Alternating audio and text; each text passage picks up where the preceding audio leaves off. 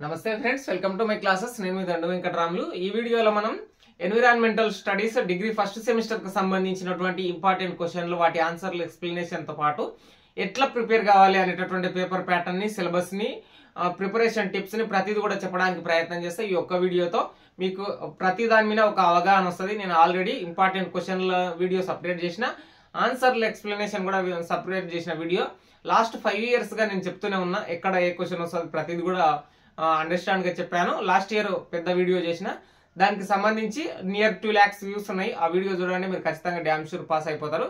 ఇక్కడ paper pattern ని, syllabus లో కొంత మార్పు వచ్చింది. ఈ టాపిక్ మీకు ఎవరు చెప్పరు, సిలబస్ లో కొంత మార్పు వచ్చింది. ప్రతి టాపిక్ ని ఎక్స్ప్లెయిన్ చేసుకుందాం. చూడండి, ఎన్విరాన్మెంటల్ స్టడీస్ కు సంబంధించి తెలంగాణ రాష్ట్రంలో ఉస్మానియా యూనివర్సిటీ, పాలమూరు, కాకతీయ, శాతవాహన, మహాత్మా గాంధీ ఇవన్నీ ఉన్నాయి కదా. 6 different యూనివర్సిటీస్ ఉన్నాయి. నియర్ ఒక 30 అటానమస్ కాలేజీలు ఉన్నాయన్నమాట. సో ఈ అటానమస్ కాలేజ్ వాళ్ళకు ఒక రకంగాను ఉంటుంది, జనరల్ కాలేజ్ వాళ్ళకు ఒక రకంగాను ఉంటుంది. సో ఇక్కడ సిలబస్ మొదటి యూనిట్ మరియు సెకండ్ యూనిట్ 2 యూనిట్లుగా 5 years గా ఇట్లాగే ఉన్నది.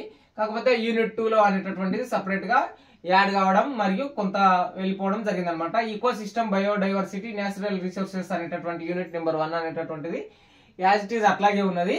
ఇక్కడ ఎన్విరాన్మెంటల్ పొల్యూషన్ మరియు గ్లోబల్ ఇష్యూస్ అండ్ లెజిస్లేషన్ అనేటటువంటిది ఏదైతే ఉన్నదో, ఇక్కడ డిజాస్టర్ మేనేజ్మెంట్ అనేటటువంటిది ఈ యూనిట్ లోనే ఉంటుంది అనమాట. సిలబస్ లో second unit disaster management, environmental pollution and global issues అనేటటువంటిది ఇట్లా ఉంటుంది అనమాట. సో మళ్ళీ ఎక్స్ట్రా యాడ్ అయినటువంటిది ఏంటంటే చైల్డ్ వెల్ఫేర్స్ కు సంబంధించి మరియు హ్యూమన్ రైట్స్ కు సంబంధించి, అట్లాగే హ్యూమన్ టెక్నాలజీకి సంబంధించినటువంటి టాపిక్లు ఇందులో సబ్ టాపిక్ల లాగా యాడ్ అయినాయి అనమాట యూనిట్ 2 లో. కానీ పెద్దగా అవే ఇంపార్టెంట్ అని చెప్పలేము, ఎగ్జామ్ లో అవే పాయింట్ ఆఫ్ వ్యూలో వస్తాయని చెప్పలేము. ఇప్పుడు ఈ వీడియో నేను చేస్తున్న టైంకి ఎర్లీ మార్నింగ్ ఉంది, సో అందుకే నా అవతారం ఇట్లుంది. ఎన్విరాన్మెంటల్ స్టడీస్ కు సంబంధించి సెమ్ 1 లో మనం మొదట ఉస్మానియా యూనివర్సిటీ వాళ్ళకు చూద్దాం.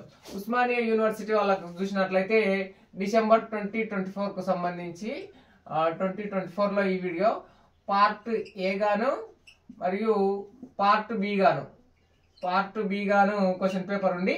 ఇక్కడ 2 క్వశ్చన్లు రాయడం ఉండడం జరుగుతుంది. Each question carry 5 marks, 10 marks overall గా. మరియు ఇక్కడ కూడా సేమ్ 2 questions రాయాలి. ఈచ్ క్వశ్చన్ క్యారీ ఏమంటారు 2 questions ఉంటాయి కదా, 6 ఆప్షన్ తో ఉంటాయి. సో 15 marks ప్రతిదానికి, 30 marks అనేటటువంటి రావడం జరుగుతుంది. ఇక్కడ క్వశ్చన్ నెంబర్ 1, 2 అనేటటువంటి రావడం జరుగుతుంది. 2 answer the all following questions, 2 క్వశ్చన్లు ఇస్తే 2 క్వశ్చన్లు రాయాలి. ఇక్కడ answer the all following questions అని చెప్పి రావడం జరుగుతుంది. ఇక్కడ థర్డ్ ఏ మరియు బి, అట్లాగే ఫోర్త్ ఏ మరియు బి అనేటటువంటిది ఈ మోడల్ గా రావడం జరుగుతుంది అనమాట 6 ఆప్షన్ తో. సో ఇక్కడ 6 ఆప్షన్ తో ఉన్నట్టుంది కాబట్టి ఏ అనేటటువంటిది ఫస్ట్ యూనిట్ నుంచి మరియు బి అనేటటువంటిది ఫస్ట్ యూనిట్ నుంచి సబ్ టాపిక్లు చేంజ్ అయ్యి వస్తాయి అనమాట. మరియు 4th క్వశ్చన్ ఏబి ఉంది కదా, ఏ అనేటటువంటిది ఎన్విరాన్మెంటల్ పొల్యూషన్ గురించి, బి అనేటటువంటిది గ్లోబల్ ఇష్యూస్ గురించి, ఈ విధంగా సబ్ టాపిక్ చేంజ్ అయ్యి వస్తాయి అనమాట. ఒకటే టాపిక్ తోని ఏబి ఆప్షన్లు రావన్నమాట.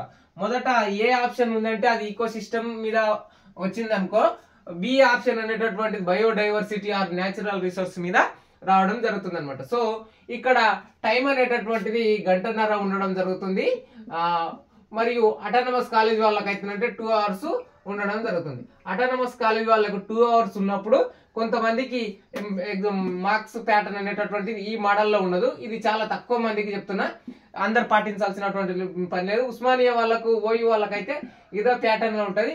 ఇక్కడ 2 hours ఉన్నటువంటి వాళ్ళకు క్వశ్చన్ పేపర్ లో కొంత డిఫరెంట్ ఉండి, సెక్షన్ ఏ లో 16 marks మరియు సెక్షన్ బి లో 24 marks అనేటటువంటి ఉండడం జరుగుతుంది అనమాట. సో ఓవరాల్ గా ఈ ప్యాటర్న్ లో ఉంటది.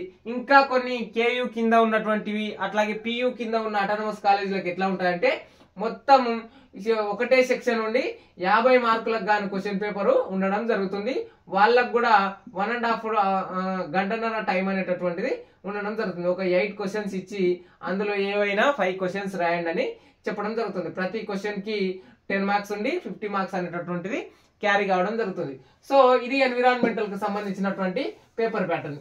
ఇక మీ గంటన్నర టైంలో మీరు ఏం రాయాలి, అసలుకి ఏమీ తెలియకుండా కూడా మీరు ఎట్లా పాస్ కావాలి అనేటటువంటి టిప్స్ ఈ వీడియోలో చూద్దాం.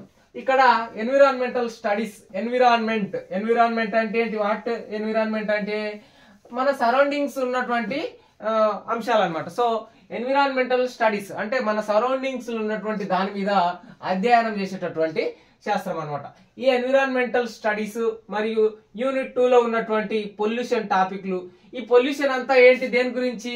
డిజాస్టర్ అంటే వినాశనానికి సంబంధించి. ఇక్కడ ఉన్నది ఎంత ఏంటి? దానికి సంబంధించినటువంటి వాటి ఎన్విరాన్మెంట్ అనేటటువంటిది ఉంటుంది అనమాట. ఇది పుష్ప 1 అయితే పుష్ప 2 మాదిరి ఉంటుంది అనమాట. సో ఇక్కడ ఉండేటటువంటిది కంప్లీట్ గా సాఫీగా జరుగుతుంటది, ఇక్కడ ఉండేటటువంటిది సాఫీగా జరగదు. ఇక్కడ ఉండేటటువంటి ఆన్సర్లు మీ సొంత మాటల్లో కూడా రాయొచ్చు, ఇక్కడ ఉండేటటువంటి ఆన్సర్లు మీరు సొంత మాటల్లో రాయలేరు. ఇక్కడ ఈకో సిస్టమ్ అంటే ఏంటి? బయోడైవర్సిటీ అంటే ఏంటి? నేచురల్ రిసోర్సెస్ అంటే ఏంటి?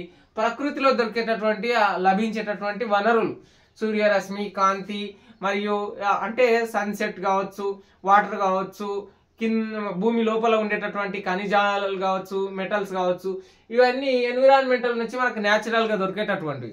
కానీ అవన్నీ ఎట్లా పొల్యూట్ అవుతున్నాయి అనేటటువంటిది ఇక్కడ సపరేట్ గా ఏదైతే డిజాస్టర్ మేనేజ్మెంట్ కు సంబంధించినటువంటి టాపిక్ ఎగ్రేషన్ గా మనకు ఇది డిజాస్టర్ కు సంబంధించిందే, కానీ డిజాస్టర్ విపత్తు నిర్వహణ అనేటటువంటిది లేదు, కానీ విపత్తు గురించి ఉందన్నమాట.